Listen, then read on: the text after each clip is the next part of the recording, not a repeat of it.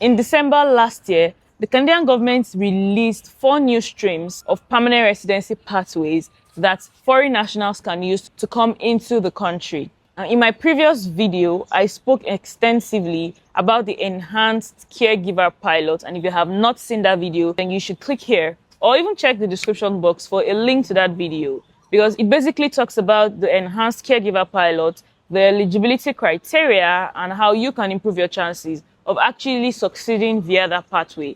Now, I'm going to be talking extensively about the rural immigration pilot, giving you every single detail you need to understand about the eligibility criteria to help you make a very informed decision on whether this is the pathway for you in 2025. So let's get right into it.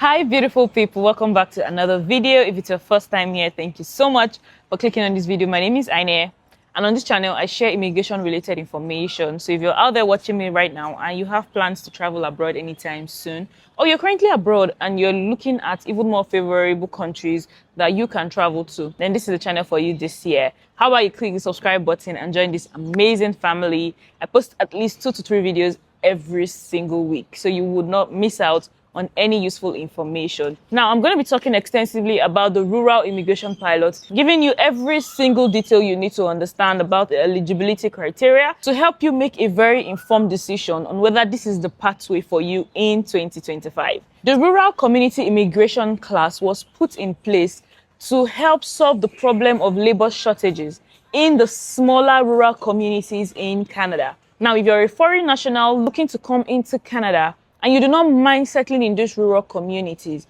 then this is a pathway that you should absolutely consider. This is a scheme that has been put in place to encourage foreign nationals to actually settle, live, and work in this particular community. Now, in order for you to qualify as a foreign national, here are the criteria you must meet. Number 1 is you must have the required work experience required for this pathway. Applicants must have at least 1 year of continuous full-time work or equivalent part-time in an occupation listed under the National Occupational Classification, which is the NOC.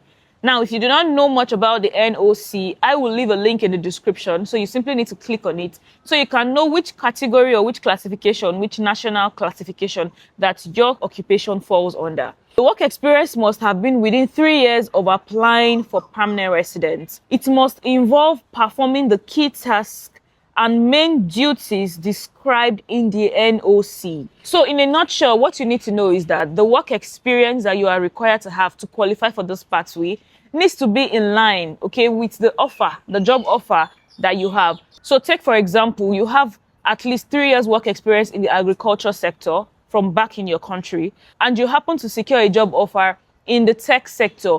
This does not work because the job offer that you're getting needs to be in line with the experience that you're presenting. You need to make sure that when you apply for a job, say in the tech niche, you actually have sufficient years of experience in that same niche. This might seem a little bit confusing if you have not familiarized yourself with these tier category terms. So like I said, I would leave the link in the description, okay?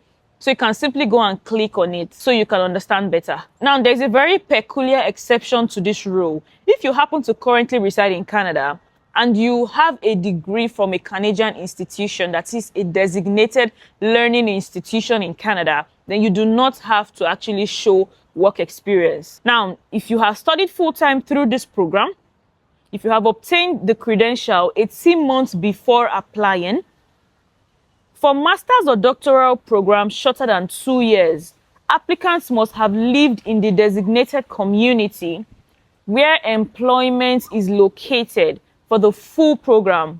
And then for other programs of at least 2 years, they must have lived in the community for 16 of the 24 months before graduating. If you studied a master's degree or a PhD degree that is shorter than 2 years, it means that you must have lived in the specific province or community where this job offer is located. Take, for example, you studied a 16-month-long master's degree or PhD program in Ontario, and you are looking to actually settle in one of the rural communities in Alberta. it's not going to work because your program was shorter than 2 years. So in order for that to work for you, you need to make sure that you're settling in a community within Ontario because you have studied a full-time degree that is shorter than 2 years in Ontario. So it basically means that you cannot take your less than 2 years degree from Ontario and use that same degree to look for a job in, let's say, Alberta. You will not qualify. So if you have studied a degree that's less than 2 years in Alberta, then you can go ahead to apply for jobs within that same province or community. If your program actually was at least 2 years long, that is your master's or doctoral program was at least 2 years long, then you can qualify provided you have lived 16 months out of your 2-year program in that province. Okay? Now, you must have a genuine offer of employment. An employment offer must meet the following criteria. Number one is it must be from a designated employer, that is an employer that is approved by the Economic Development Organization. It must be for permanent, full-time work that is not seasonal. It must be based in the designated community with at least 75% of the work performed there. So it must be an on-site work that is performed in the designated rural community, okay? Now, finally, in the category of work experience, it must be a recent work experience. So you don't want to take work experience that you acquired, let's say 10 years ago, to use now, or 5 years ago. It must be within the last 3-4 years, okay? Basically, it must be a recent work experience. Now, let's move on to language criteria. Applicants must provide language test results from a designated institution approved by the Canadian government and must demonstrate the required level of proficiency based on the NOC tier of their job offer. For tier category 0 or 1, you are required to have a level 6 or above in the CLB. For tier category 2 or 3, which is the job tier category, you are required to have at least a 5 in the CLB. And for the category 4 or 5 tier, you can have a 4 or above CLB level.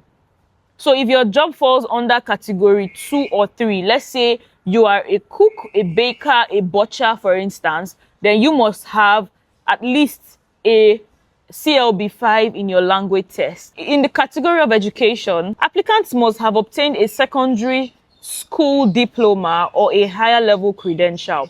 Regarding proof of funds, applicants must show they have enough available funds to support themselves and their family members for 1 year.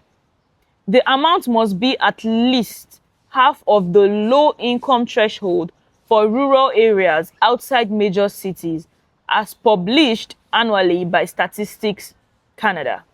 However, if you currently reside in Canada, you do not need to show proof of fund as long as you can prove that you are gainfully employed and you are actually receiving some kind of salary monthly. So guys, these are the major criteria that you need to meet before you can actually qualify for the rural immigration class. That is the rural community immigration class. I hope that this video was helpful to you. If it was, click the subscribe button so you can keep getting amazing informative videos like this. Until my next video, guys, stay kind and stay blessed. Bye.